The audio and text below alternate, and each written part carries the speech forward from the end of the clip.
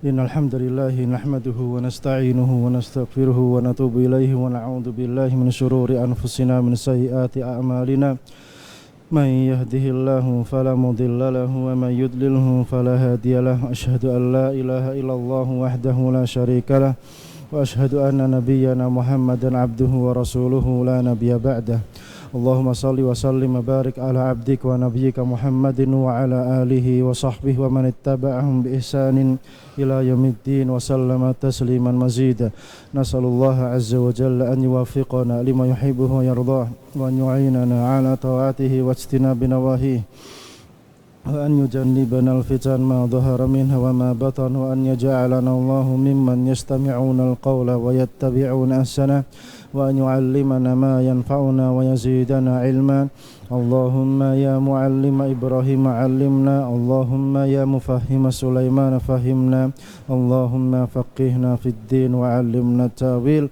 Allahumma inna nas'aluka ilman nafi'a wa rizqan thayyiba wa 'amalan mutaqabbala. Allahumma inna na'udzubika minal 'ajzi wal kasali wal jubni wal bukhli wal harami wa 'adzabil qabr. Allahumma ati nufusana taqwaha wa zakkiha anta khairu man zakkaha anta waliyuha wa maulaha. Allahumma inna na'udzubika min ilmin la yanfa' wa min qalbin la yakhsha' wa min nafsin la tashba' wa min da'watin la yustajabu laha. Baik, kita lanjutkan untuk daurahnya. Sekarang masuk ke ghurrah yang ke-14. Nah, mikro. Bismillahirrahmanirrahim. Alhamdulillah. Wassalatu wassalamu ala Rasulillah. Allahumma ighfir lana wa li masyayikhina wa li walidina wa li jami'il muslimin. Qala al-musannifu wafaqahu Allah ta'ala al-ghurratu rabi'ata asyrata an Salman al-Farisi radhiyallahu anhu annahu qala innama yuhliku hadhihi al-ummata naqduha 'uhudaha. Rawahu Ibnu Abi Syaibah wa isnaduhu sahih. Wa Salman al-Farisi huwa Salman bin Budakhshan ibni Mursalan al-Farisi yukna Aba Abdillah wa yulaqabu bi Salman al-Khair wa Salman ibni al-Islam wa sabiq al-Furs tuwfiya sanata 34 bil Madain. Taib, ini ghurrah yang ke-14 di antara kata-kata mutiara para sahabat ridwanullahi ta'ala anhum. Dan ini adalah ucapannya sahabat yang mulia Salman Al-Farisi radhiyallahu ta'ala anhu, bahwasanya beliau berkata, innama yuhliku hadhil ummah, sesungguhnya membinasakan umat ini naqduha uhuduha. Jadi pelanggaran terhadap perjanjian yang telah dibuat, melanggar perjanjian yang telah dibuat. Ini salah satu pembinasa umat ini. Rawahu Ibnu Abi Syaibah dalam kitab Al-Musannaf wa isnaduhu sahih, dan sanadnya sahih. Wa Salman Al-Farisi wa Salman ibnu Budakhshan bin Mursalan Al-Farisi. Ini nama-namanya nama-nama Persia semua. Budakhshan bin Mursalan Al-Farisi yukna Abu Abdillah, kunyahnya adalah Abu Abdillah, wa yulaqab bi Salman Al-Khair, laqabnya adalah Salman Al-Khair. Ini berarti menunjukkan banyak memberi atau banyak bersedekah. Wa Salman ibn al-Islam, ya, Salman ibni al-Islam. Di antara laqabnya juga Salman adalah ibni al-Islam. Kemudian Sabiqi al-Furs, yaitu orang Persia yang pertama kali masuk Islam. Kalau Bilal itu Sabiqi al-Habasyah. Sabiqi al-Habasyah, orang Habasyah yang pertama kali masuk Islam. Kalau Suhaib Ar-Rumi itu Sabiqu Ar-Rum. Sabiqu Ar-Rum, orang yang pertama kali masuk Islam dari kalangan Romawi. Dari kalangan Romawi. Kalau Indonesia yang pertama masuk Islam siapa? Sabik Indonesianya siapa? Enggak ada. Enggak tahu. Taib. Innama yuhliku hadhil ummah naqduha uhuduha. Jadi melanggar perjanjian yang telah dibuat ini salah satu hal yang menghancurkan umat ini. Salah satu hal yang menghancurkan umat ini. Berarti faedah yang bisa kita ambil dari athar ini diantaranya yang pertama, at-tahdhir minal halak bil wuqu'i fis syarr. At-tahdhiru minal halaki bil wuqu'i fis syarr. Bil wuqu'i fis syarr. Jadi ada tahdzir, ada peringatan keras dari kebinasaan. Kapan kebinasaan itu terjadi? Jika seseorang terjatuh kepada perkara keburukan. Dan naqdul uhud atau melanggar perjanjian ini keburukan dari sekian banyak keburukan yang ditahdzir, yang diperingatkan untuk tidak dilakukan oleh siapapun dari kalangan umat Islam maupun manusia yang lainnya. Karena perbuatan dosa atau hal-hal yang sifatnya melanggar ketentuan Allah Subhanahu wa taala itu sifatnya muhlik atau membinasakan. Jadi ini penyebutan contoh, tapi maksudnya semua kita dilarang mendekati kebinasaan, dan itu caranya dengan jatuh kepada perkara yang dilarang oleh Allah Subhanahu wa taala. Jadi semua hal-hal yang dilarang oleh Allah Subhanahu wa taala itu sifatnya muhlik, membinasakan. Sifatnya membinasakan.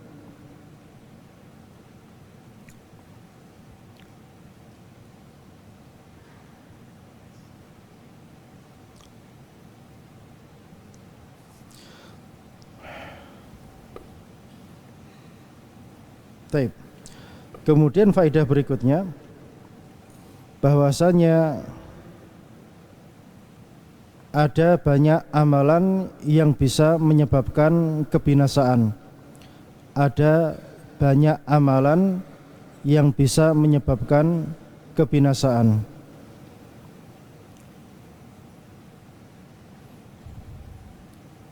Dan ini merupakan sebuah kerugian yang besar. Ini merupakan sebuah kerugian yang besar. Jadi banyak amalan yang bisa menyebabkan kebinasaan, dan hal itu merupakan kerugian yang besar. Maknanya apa rugi besar itu? Ya, namanya rugi yang enggak untung, itu namanya rugi. Ya. Baik itu di dunia maupun itu di akhirat. Baik itu di dunia maupun itu di akhirat. Jadi misalnya orang berdusta, maka kerugiannya tidak dipercaya orang. Itu di dunia, belum nanti di akhiratnya. Atau orang-orang akan mensifati orang ini sebagai kadzab, sebagai pendusta, sehingga meletakkan muamalah khusus ketika berjumpa dengan orang tersebut. Intinya semua pelanggaran syar'i itu sifatnya merugikan, membinasakan, baik itu di dunia maupun itu di akhirat. Yang seharusnya kalau dia jujur, rezekinya lancar, menjadi tidak lancar, karena orang jadi hati-hati kalau mau bermuamalah dengan orang ini. Itu salah satu gambaran kerugian. Melanggar perjanjian, maka orang pun juga akan hati-hati dengan orang ini. Karena apa? Suka melanggar perjanjian. Ini juga sebuah kerugian. Sehingga tatkala mau membuat akad atau mau membuat kerjasama bisnis dengan siapapun atau membuat kesepakatan dengan siapapun menjadi tidak mudah. Ini sisi logisnya. Belum efek-efek atau dampak-dampak negatif yang lainnya. Yang jelas, semua perkara yang melanggar syariat itu merugikan pelakunya baik di dunia maupun di akhirat. Dan bahkan ini kerugiannya terkadang muta'addi. Kerugiannya itu berdampak kepada yang ada di sekitarnya. Seperti bapak yang soleh, maka ini juga berdampak kepada anak dan turunannya. Maka begitu pula kebalikannya, bapak yang toleh, yang dia tidak baik atau menghasilkan nafkah dari uang haram, maka juga berpengaruh kepada anak keturunannya, ya atau tidak? Ya, berpengaruh. Intinya semua hal-hal yang melanggar syariat atau ketentuan atau batasan Allah Subhanahu wa taala sifatnya muhlik, membinasakan, merugikan, dan kerugiannya itu tidak main-main, kerugian yang besar baik di dunia maupun di akhirat. Maka hal ini menunjukkan kita harus senantiasa waspada dan kita banyak-banyak bertaubat kepada Allah Subhanahu wa taala, dikarenakan sifat kita pada dasarnya adalah mendolimi diri kita masing-masing. Ini yang mau tidak mau terjadi pada setiap insan. Maka betapa luasnya rahmat Allah Subhanahu wa taala tatkala Allah itu Tawwabur Rahim, Maha penerima taubat, Ar-Rahim yang Maha mengasihi. Maka ini adalah hath atau anjuran untuk kita semua untuk memperbanyak bertaubat kepada Allah Subhanahu wa taala, dikarenakan banyaknya taksir kita, banyaknya kedoliman kita baik kepada diri kita maupun kepada yang ada di lingkup kita. Jadi di sini hal yang membinasakan adalah melanggar perjanjian, ya. Berarti melanggar perjanjian itu sifatnya haram. Sifatnya haram. Melanggar perjanjian yang telah dibuat itu sifatnya haram, ya. Misal ya, akhi ana utang berapa? Ana utang sekian untuk beli kitab. Insya Allah 1 pekan ana kembalikan, ya. Setelah 1 pekan ternyata apa? Mulai jaga jarak, mulai menjauh, kemudian lama-lama sok lupa dan lain sebagainya. Ini apa? Termasuk melanggar perjanjian. Berarti rusak atau tidak? Rusak. Yang rusak apanya? Yang rusak hubungan ukhuwahnya. Pokoknya semua hal yang melanggar syariat itu ada kerugian di balik hal tersebut.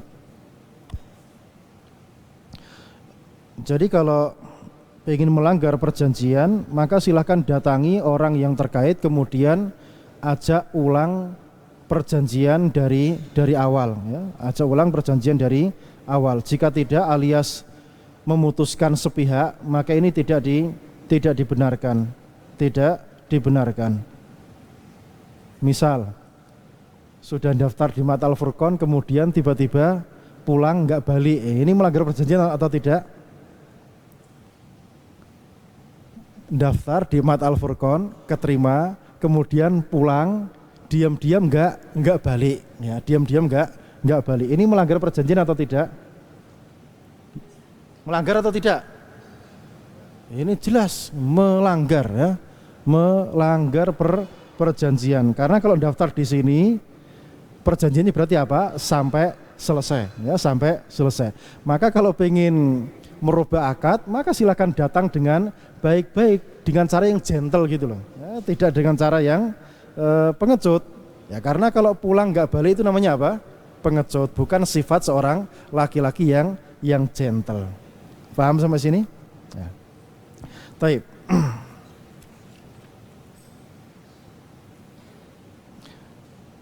Iqra' alladhi ba'duh. Ahsanallahu ilaikum. ثم قال المصنف وفقه الله: الورة الخامسة عشرة عن أبي طلحة الأنصاري رضي الله عنه أنه قال: لا أؤم رجلين ولا أتأمر عليهما، رواه أحمد في الزهد وإسناده صحيح. وأبو طلحة الأنصاري هو زيد بن سهل بن الأسود الأنصاري الخزرجي، مشهور بكنيته، توفي سنة 34 غازيا في بحر الروم المعروف اليوم بالبحر الأبيض المتوسط، ودفن في جزيرة منه، وقيل بالمدينة وهو أشهر والأول أصح. Taib.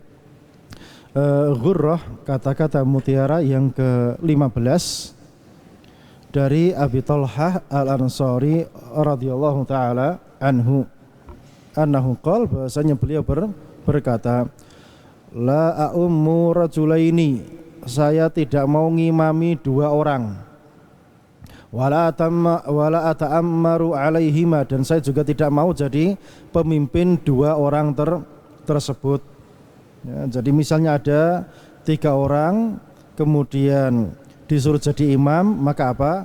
Hukum asalnya menolak. Maka hukum asalnya apa? Menolak. Itu bagi yang ditawari menjadi imam sholat. Baik imam sholat maupun jadi pemimpin atau penguasa. Siapapun yang ditawari jabatan untuk menjadi penguasa, maka hukum asalnya adalah menolak. Hukum asalnya menolak, tidak langsung menerimanya. Ini hukum asalnya. Sampai sini jelas?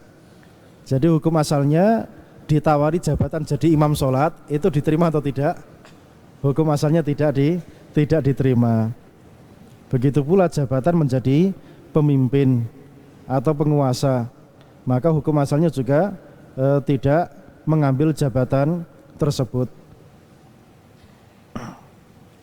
Rawahu Ahmad fi Az-Zuhdi, riwayat Imam Ahmad dalam kitab Az-Zuhud, dan sanadnya sahih.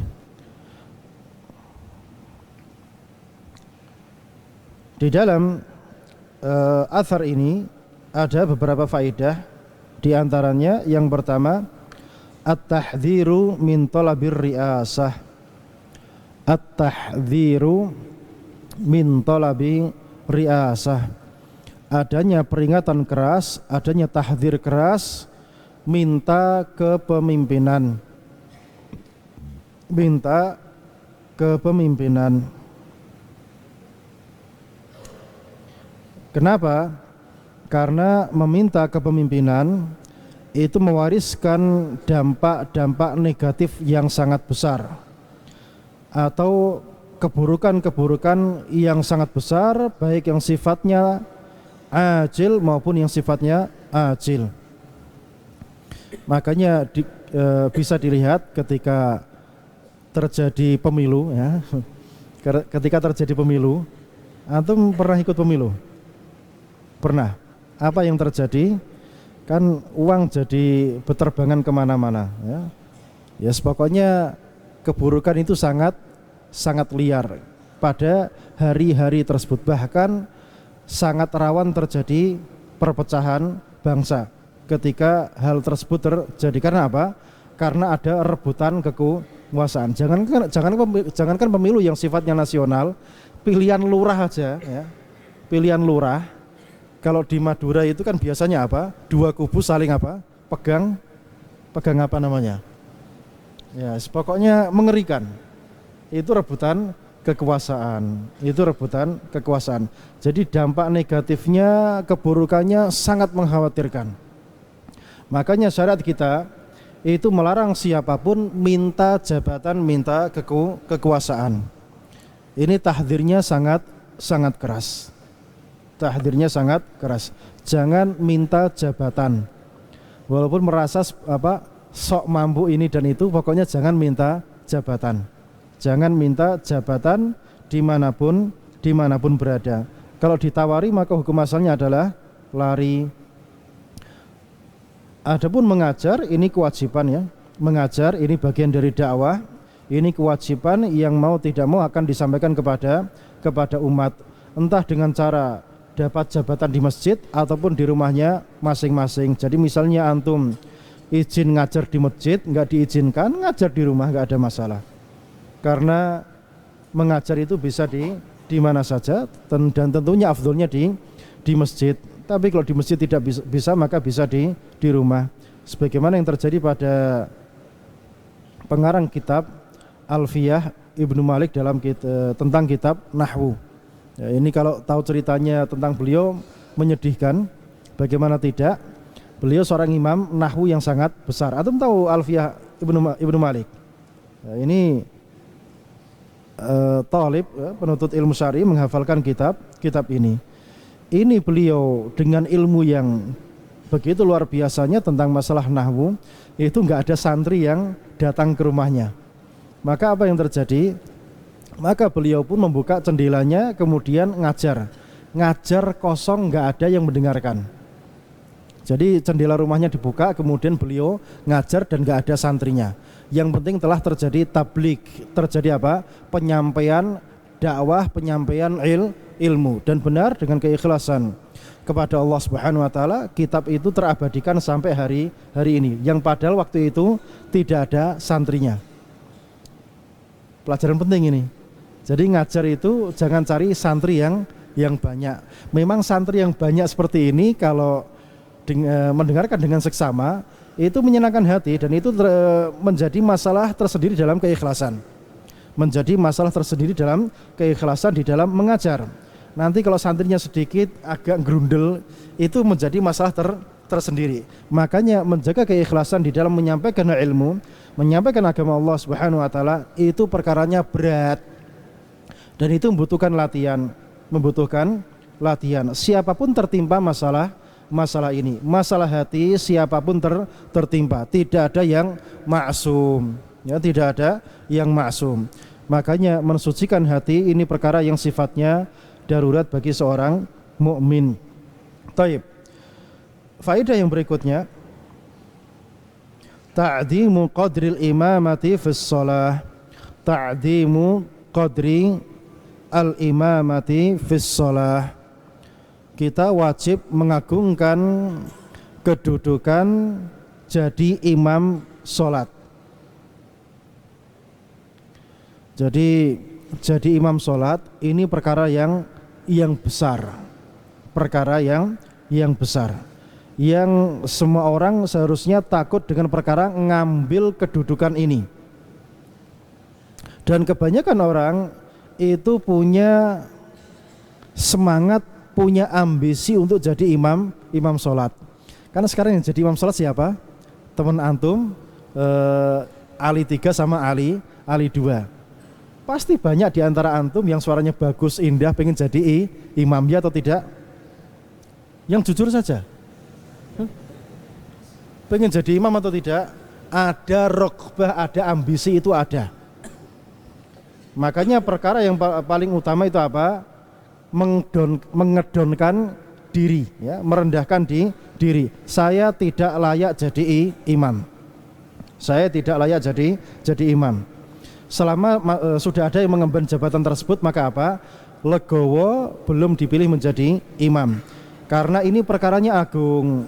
Sahabat yang mulia saja sekelas Abu Thalhah Al-Ansari itu tanazul dari apa? Mengambil kedudukan menjadi imam sholat. Ini bukan perkara yang ringan. Jadi meninggalkan hal ini perkara yang diambil oleh seorang mukmin. Apalagi banyak orang yang ambisius untuk mendapatkan jabatan jadi imam sholatnya. Dan terkadang orang suaranya nggak enak pun, tajwidnya salah-salah pun, ambisi jadi imamnya juga kuat, ya. Terutama di musola kampung itu, ya.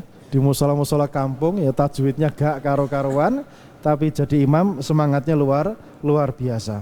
Ini iskal, ya, ini masalah. Dan agama kita mengajarkan sebaliknya. Tetapi yang sudah diangkat menjadi imam, maka dia tidak tanazul. Yang sudah diangkat jadi imam, dia tidak tanazul. Dia mengembannya sampai kapan? Sampai mati. Atau misalnya dia bacaannya masih kurang bagus, kemudian datang yang lebih bagus dan lebih faqih, maka dia serahkan kepada yang lebih faqih tersebut. Ya, jangan keras kepala. Ya, jika datang yang sudah faqih, ya, karena kalau menjamak antara ilmu dengan fikih, ini yang diharapkan seperti itu, ya. Itu yang diharapkan. Tidak hanya sekedar qiraahnya atau tajwidnya saja. Terkadang orang tajwidnya udah bagus, hafalannya bagus, ini agak melete biasanya nih, ya. Fikih itu diutamakan. Fikih jadi imam itu diutamakan. Tidak sekedar bacaan yang bagus saja. Dibutuhkan fikih menjadi seorang imam. Sekarang di sini setiap hari Jumat, kalau subuh dibacakan surat sajadah atau tidak? Blas. Mana imamnya? Dengar atau enggak ini? Kalau Jumat sunnahnya itu rakaat pertama baca sajadah, rakaat kedua baca apa? Hal ata alal insan. Menyedihkan. Ya, nanti tolong disampaikan yang jadi hayah ini, tolong disampaikan kepada imamnya. Ini enggak nyunah itu, ana setiap masuk agak gerundel sebetulnya. Ya, soalnya masjid dibangun segede ini, imamnya enggak faqih gitu loh. Imamnya tidak faqih. Ya, seharusnya jadi pengembangan diri itu sesuatu yang lazim, ya. Jangan cukup dengan suara yang bagus saja. Fikihnya juga diperbaiki. Yang untuk masalah wiritannya masya Allah udah bagus ya. Wiritannya kadang enggak lama-lama ya. Jadi kalau wiritan itu secepatnya diselesaikan kemudian pergi biar apa? Makmum bisa berdiri setelah imam itu berdiri. Jangan jadi imam wiritannya paling belakang berdiri. Ini kan kebiasaan orang di kampung itu. Jadi imam kalau wiritan selesainya paling belakangan, itu salah. Kalau bisa imam itu sekedarnya kemudian berdiri biar apa? Makmum bisa berdiri setelah dia berdiri. Itu sunnahnya seperti itu. Kok jadi mengkritik mahat sendiri ya? Nggak ada masalah ya.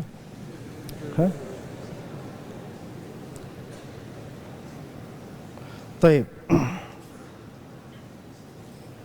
Nah, kenapa jabatan imam sholat itu kok kita menolaknya?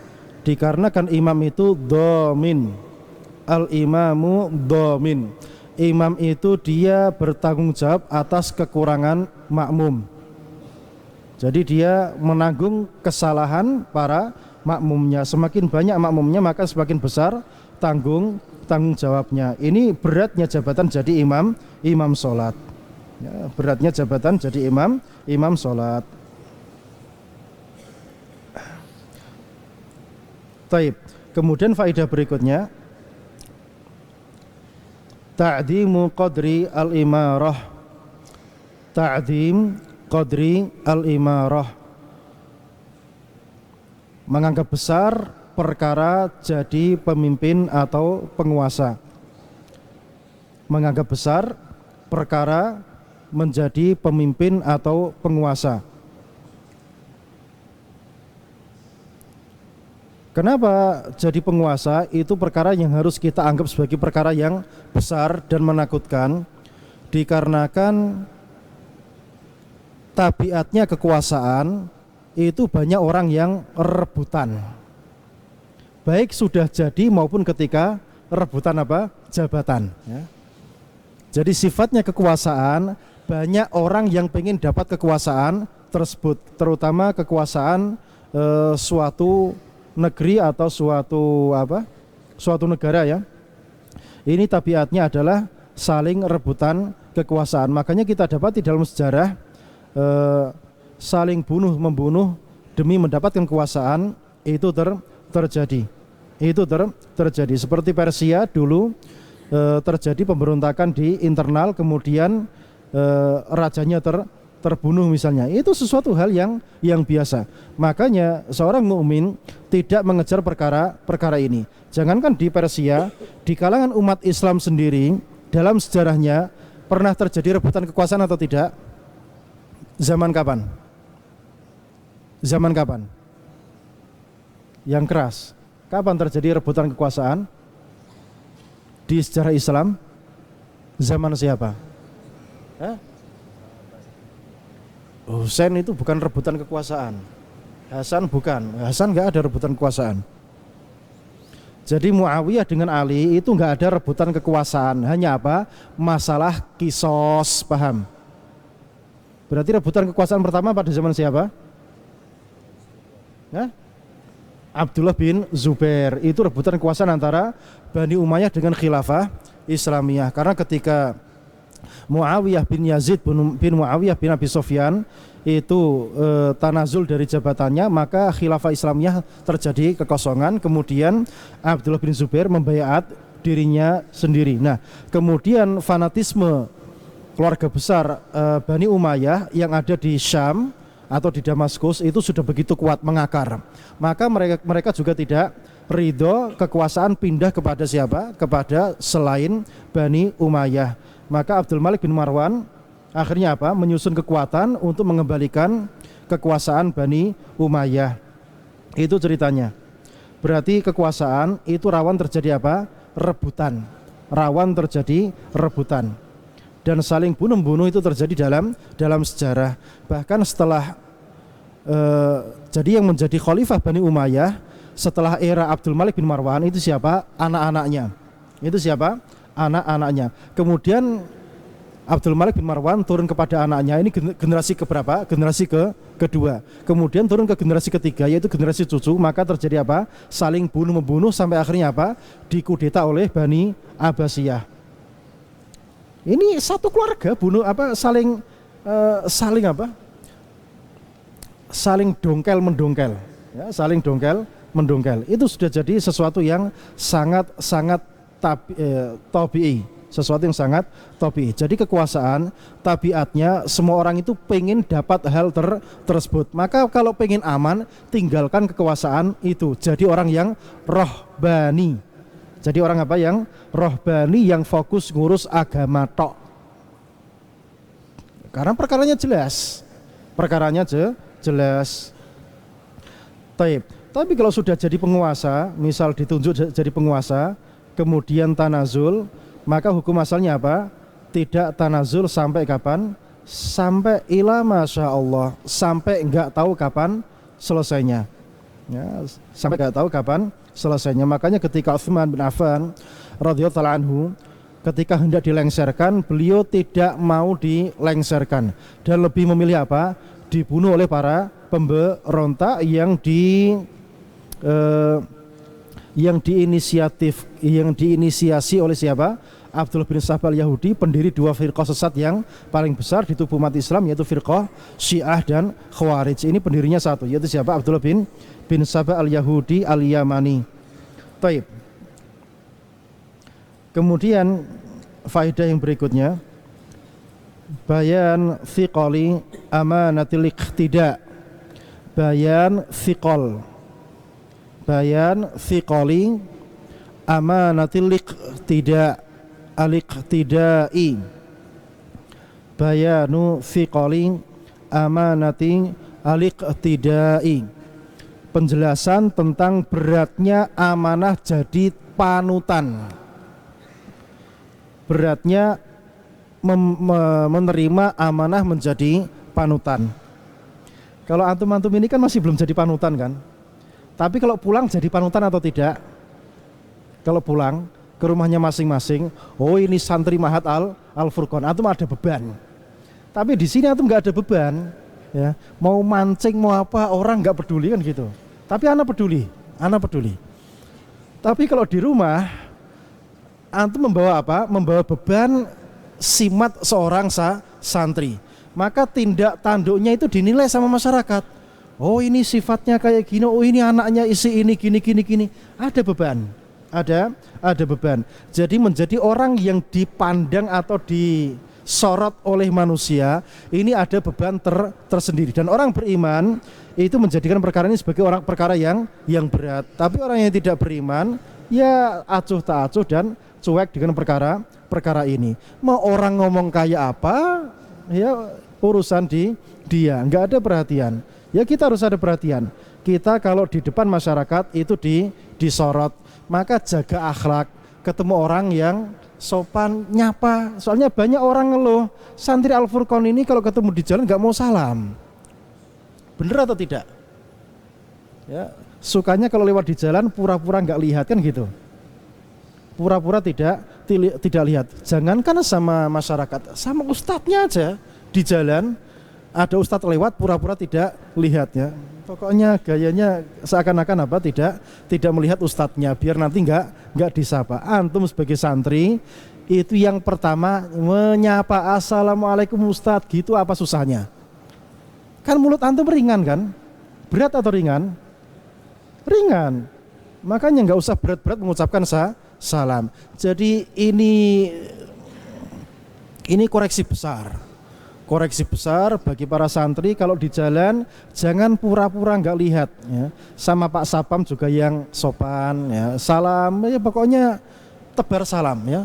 Tebar salam. Jangan tebar iftar tok, tebar salam juga penting. Hah? Semuanya penting ya. Tebar iftar itu Masya Allah itu juga ada faedah ya, manfaat yang besar.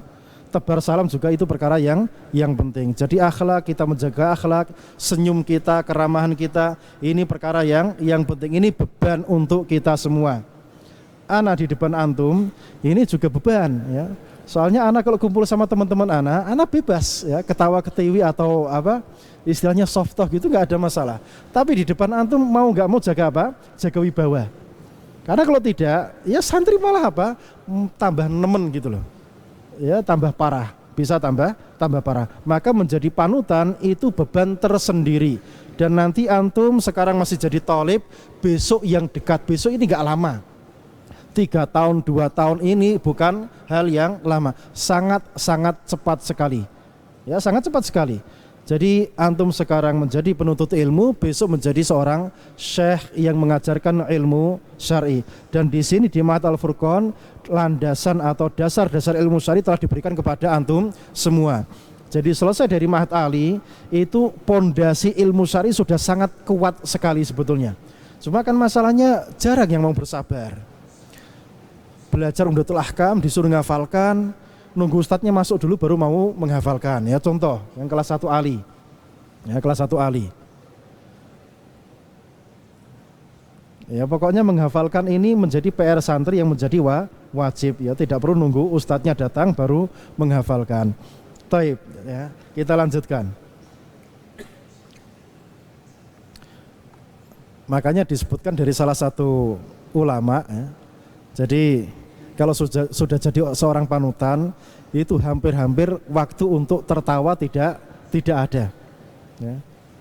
Waktu untuk tertawa, antum sekarang kan masih bebas kan, ketemu kawannya apa, saling soft talk, saling apa, bergurau itu sesuatu yang biasa. Tapi kalau sudah jadi orang, ini hampir-hampir waktu untuk senyum saja ini susah didapatkan. Tertawa dengan teman-temannya ini menjadi sangat susah. Soalnya mau tidak mau antum yang sekarang jadi kawan nanti pasti akan berpisah, tinggal sendiri-sendiri. Kalau sendirian berarti apa? Jadi muqtada, orang yang dianut atau orang yang dijadikan sebagai panutan atau rujukan. Kalau sudah jadi rujukan maka menjaga wibawa, jalannya juga tidak apa? Ya pokoknya penuh dengan wibawa. Antum tahu pejabat kalau turun dari presiden, turun dari pesawat itu jalannya gimana? Jalannya mencak-mencak atau jalannya berwibawa? Menjaga wibawanya. Pokoknya jadi panutan itu gaya ngomong, gaya jalan, tangannya semuanya ada adabnya semua. Tidak bisa semaunya. Ya, tidak bisa semaunya. Ada adabnya.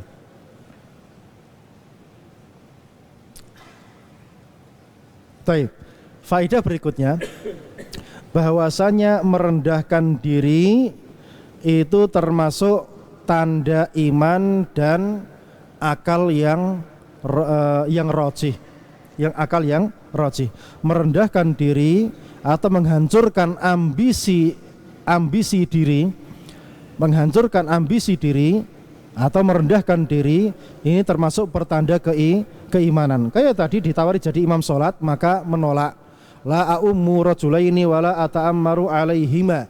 Saya gak mau jadi imamnya 2 orang, walaupun cuma 2 orang tok, saya tetap tidak mau jadi imam sholatnya, dan saya juga tidak mau jadi pemimpin safarnya misalnya. Ini merupakan apa? Bentuk menghancurkan ambisi atau hawa nafsu pribadi, merendahkan diri serendah-rendahnya. Ini termasuk perkara iman dan termasuk rujuhanu al-aqli, termasuk akal yang rajih, akal yang apa? Akal sehat, kurang. Ada terjemahan yang lain. Ya pokoknya akal yang rajih gitu aja. Akal yang rajih.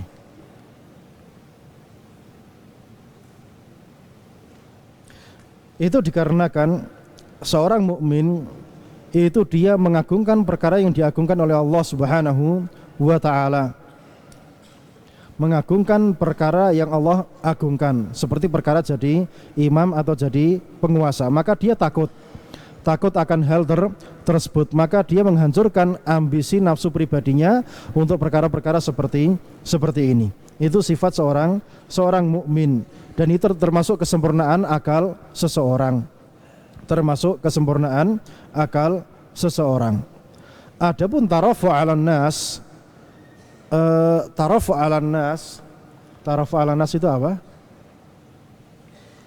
Apa bahasa kita? At-tarafu'u 'alan nas. Apa Khidir? Tarafu 'alan nas, merasa di atas manusia. Kan jadi pemimpin itu kan di atas manusia, ya. Merasa di atasnya manusia, ini termasuk dalam kategori takabur. Termasuk dalam kategori takabur. Dan takabur itu adalah libasnya Allah Subhanahu wa ta'ala.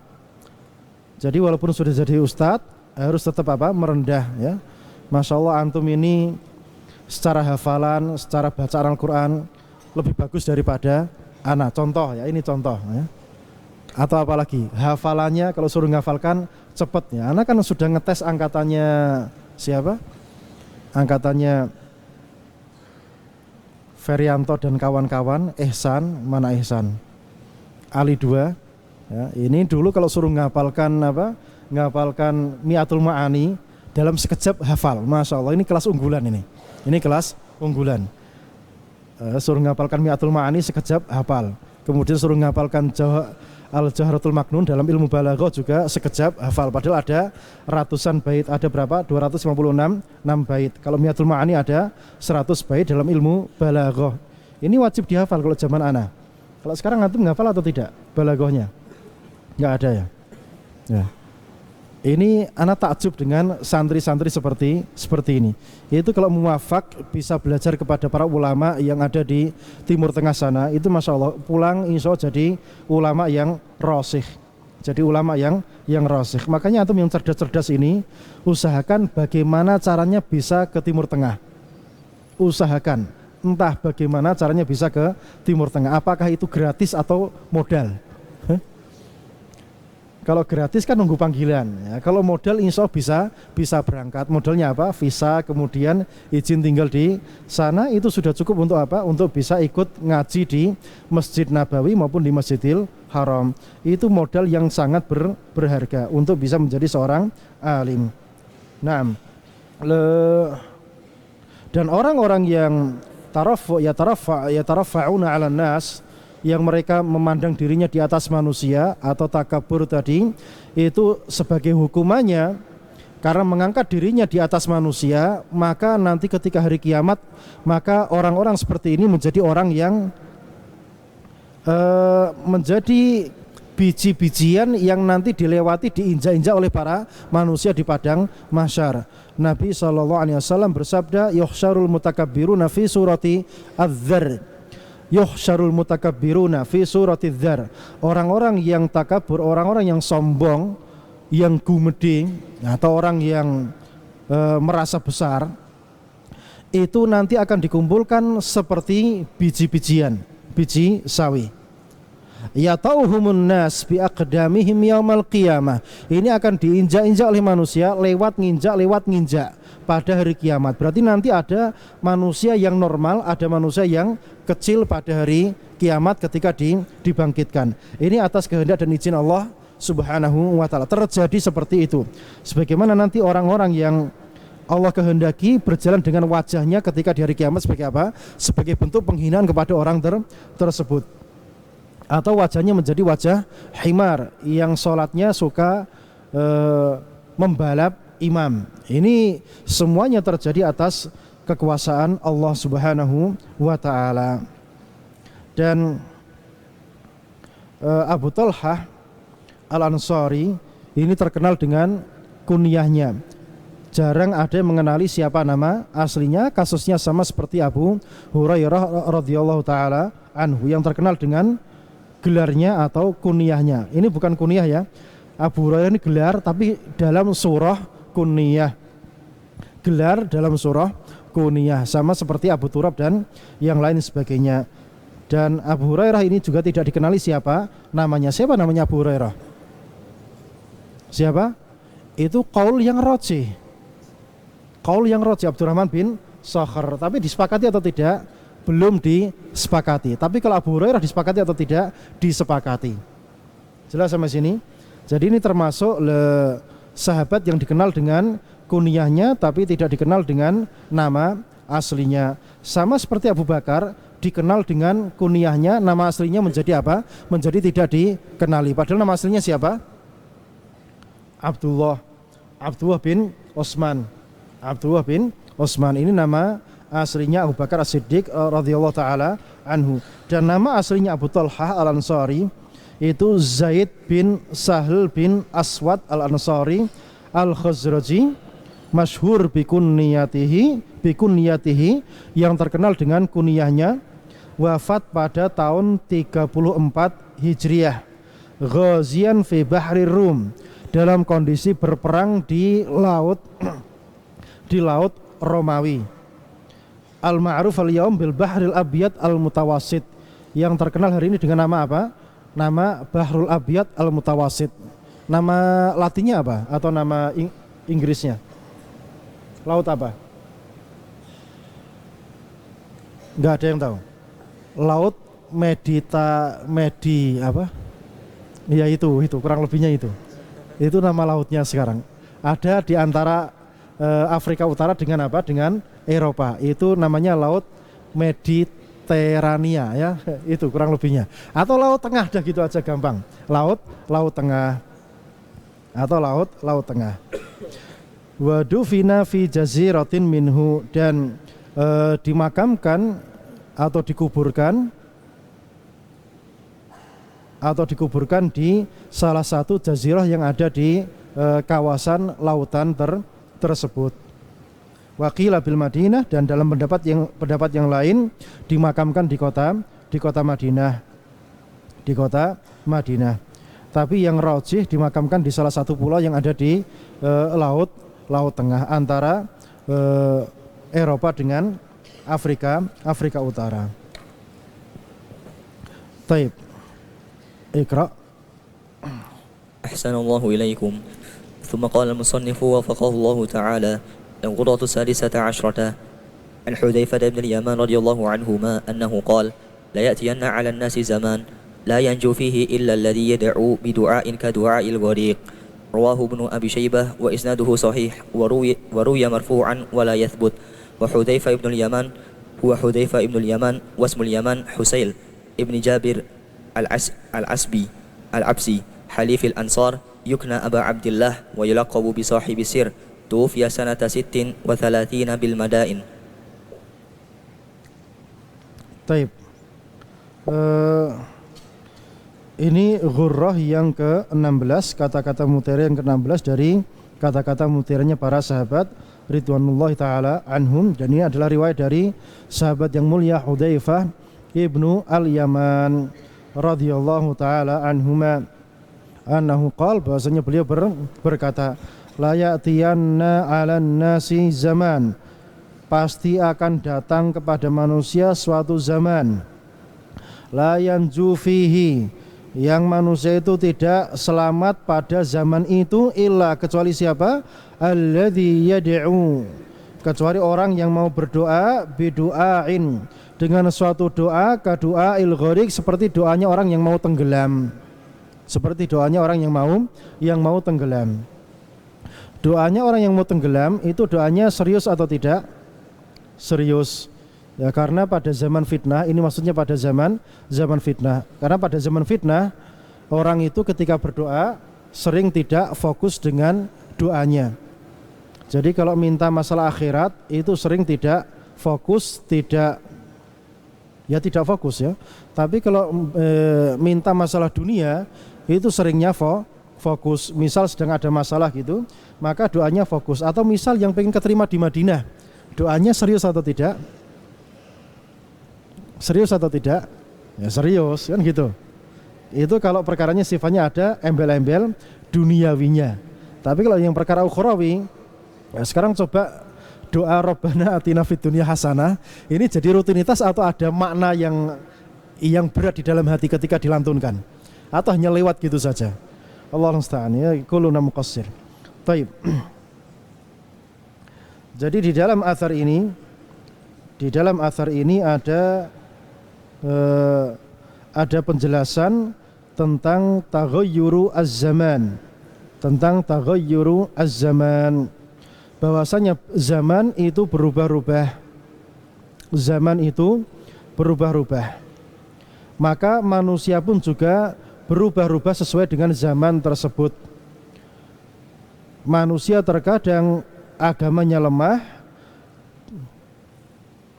dan terkadang agamanya kuat. Sebagaimana perkara dunianya, terkadang kaya, terkadang miskin. Ya, terkadang kaya, terkadang miskin. Zaman itu berubah. Ada negara yang asalnya melarat, kemudian jadi kaya. Ada negara yang asalnya kaya, kemudian jadi melarat. Atau ada kampung yang asalnya melarat jadi kaya.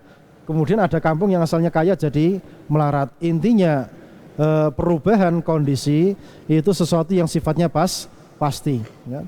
Kampung miliarder, ya, kampung miliarder dapat uang miliaran, kemudian beli macam-macam, nggak lama melarat lagi misalnya. Ini contoh kondisi manusia.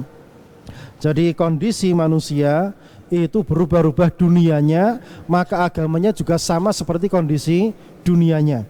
Agama sama seperti kondisi dunia, kadang kuat, kadang lemah sesuai dengan zamannya. Maka pada zaman fitnah ini agama manusia rawan menjadi lemah. Karena iman itu tidak sebatas makrifat saja, tapi apa? Mastaqarra fil qalbi, yang bersemayam di dalam jiwa manusia. Kita tahu semua musik itu haram atau halal? Haram. Ya. Ini nanti diviralkan jadi heboh ya. Ada ustadz mengharamkan musik. Ya enggak apa-apa, musik itu haram. Ya, tafadhol yang mau menviralkan musik itu haram. Taib. Sekarang sudah tahu musik itu haram.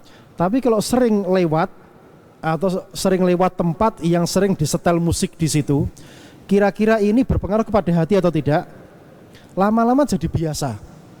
Walaupun dia tahu ini hukumnya haram. Paham sampai sini? Jadi fitnah itu berpengaruh kepada agama seseorang atau tidak? Berpengaruh. Sekarang zaman medsos, ini zaman yang melemahkan agama manusia. Maka siapa yang sering bermuamalah dengan medsos, maka agamanya menjadi lemah.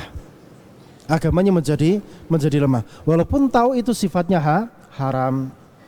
Karena hati kita atau penguasa raga ini dipengaruhi oleh yang dilihat, didengar, dan yang diucapkan. Jika yang diucapkan baik-baik, maka juga akan numpuk di dalam hati.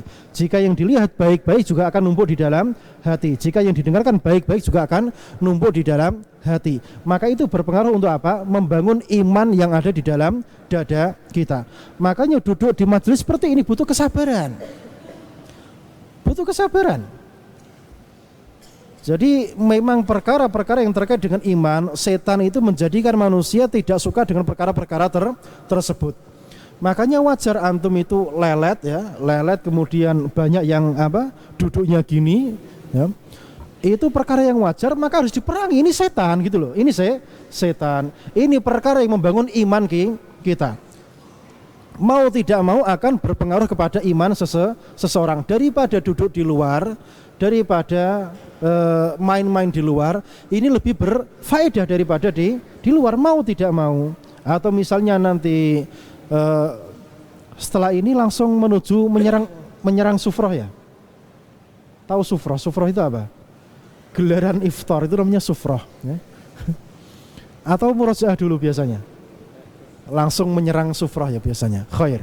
Ya, jadi kalau kondisi kawan-kawan sedang baca mushaf, ini masya Allah, ini pemandangan yang nikmat. Nah, pemandangan yang indah ini memperkuat iman kita. Maka perbanyak kita menempatkan diri, memposisikan diri di mana pemandangan iman itu bisa dirasakan. Makanya anak nasihatkan kalau pulang, jangan mencari masjid yang bid'ah. Usahakan cari masjid yang sunnah. Karena pemandangan itu berpengaruh. Pemandangan itu berpengaruh. Sangat berpengaruh. Taib. Kemudian athar ini juga sabar ya, soalnya tadi anak datang terlambat juga agak dilambatkan. Faedah berikutnya bahwasanya di dalam athar ini ada pemberitahuan dengan bikathratil fitan, al-i'lam bikathratil fitan, al-i'lam bikathrati al-fitan, pemberitahuan akan banyak terjadi fitnah yang menimpa umat ini, sehingga menggulung para hamba sebagaimana ombak besar itu menggulung orang-orang yang ada di pantai, ya, menggulung, ombak itu menggulung. Dan siapa yang selamat dari gulungan ombak tersebut? Yaitu orang-orang yang berdoa dengan doanya orang yang seakan-akan tenggelam. Ini yang selamat dari gelombang fitnah yang menimpa umat, terutama di zaman kita ini. Berarti cara kita selamat dari fitnah diantaranya apa? Dengan memperbanyak doa, minta kepada Allah Subhanahu wa taala, dan doanya dengan doa yang azim. Ada doa yang ada azimahnya, serius di dalam berdoa minta keselamatan dari fitnah tersebut. Dan ini menunjukkan hamba di era-era fitnah betapa mereka butuh sekali kepada doa. Terutama di akhir zaman ini orang berdoa itu menjadi apa? Menjadi berkurang, ya. Jadi berdoa itu menjadi perkara yang lebih pada era akhir ini, dan berdoa perkara ibadah yang sangat besar.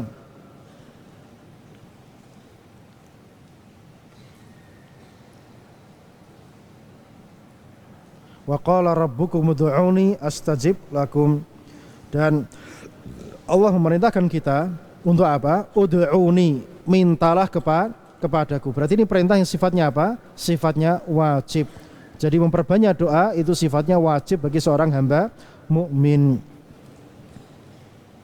Nah, jadi ketika dalam kondisi fitnah kemudian meninggalkan perkara yang sifatnya syar'i atau meninggalkan perkara yang sifatnya doa minta pertolongan kepada Allah Subhanahu wa taala, itu salah satu penyebab manusia hancur, musnah, binasa di tengah-tengah badai fitnah. Dan ini yang terjadi pada hari ini. Orang sibuk dengan membicarakan masalah politik misalnya. Politik itu fitnah atau tidak? Fitnah. Tapi manusia hari ini sibuk membicarakan masalah politik. 3 periode dibahas rame misalnya. Udah stop, selesai, fokus belajar akidah. Nggak usah mikir yang tidak. Kekuasaan itu di tangan Allah Subhanahu wa taala.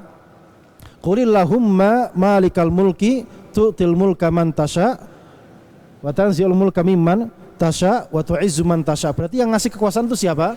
Allah Subhanahu wa taala. Tidak akan terjadi kekuasaan tanpa izin dari Allah Subhanahu wa taala. Makanya enggak usah sibuk dengan masalah politik, mau 3 periode mau apa, udah berhenti, kita fokus ngaji. Murojaah ngafal Quran yang mungkin dapat sanad yang banyak. Ini yang berfaedah. Adapun mikir masalah politik ini fitnah, dan kita ketika terjadi fitnah dilarang apa? Memperbanyak sibuk dengan fitnah. Perbanyak dengan apa? Perkara syar'i, terutama berdoa minta keselamatan kepada Allah Subhanahu wa taala. Jadi jangan ikut-ikutan masalah seperti ini. Makanya kita sudah ada di ma'had, ini perkara yang nikmat. Kan nggak ada kabar seperti ini kan? Atau antum juga dengar kabar-kabar seperti ini? Kalau ada yang dengar berarti ada yang membocorkan. Yang membocorkan berarti yang pegang HP. Yang pegang HP berarti yang ahli. Yang ahli berarti yang jadi musrif. Nah, amanah ya, amanah. Enggak boleh merusak pikiran santri. Pikiran santri hanya hafalan, belajar, murojaah, makan, tidur, dah itu tok kegiatannya santri. Enggak ada kegiatan-kegiatan yang lainnya. Kalau ada pikiran-pikiran kayak gini berarti ada yang membocorkan. Ya, cuma yang ahli kayaknya enggak banyak yang hadir ini. Takhusus yang datang. Mana ahli? Enggak ada. Ya, enggak ada yang datang. Atau ada tugas yang ahli. Khair. Bisa disampaikan kepada ikhwan, intinya menjaga amanah, jangan sampai kong kali kong dengan adik-adiknya untuk pegang HP atau yang lain-lain. Barakallahu fikum.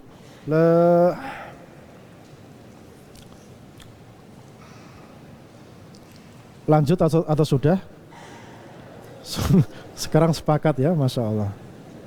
Insya Allah kita lanjutkan hari Kamis ya, Kamis pagi dan sore insya Allah. Soalnya Ahad sorenya nanti diganti sama Ustadz Fadilatus Syekh Nadirin insyaallah biidnillahi azza wajal. Kita tutup dengan doa kafaratul majlis. Subhanakallahumma bihamdika asyhadu an la ilaha illa anta astaghfiruka wa atubu ilaik. Wa sallallahu ala nabiyyina Muhammad wa ala alihi wa sahbihi wasallam. Assalamualaikum warahmatullahi wabarakatuh.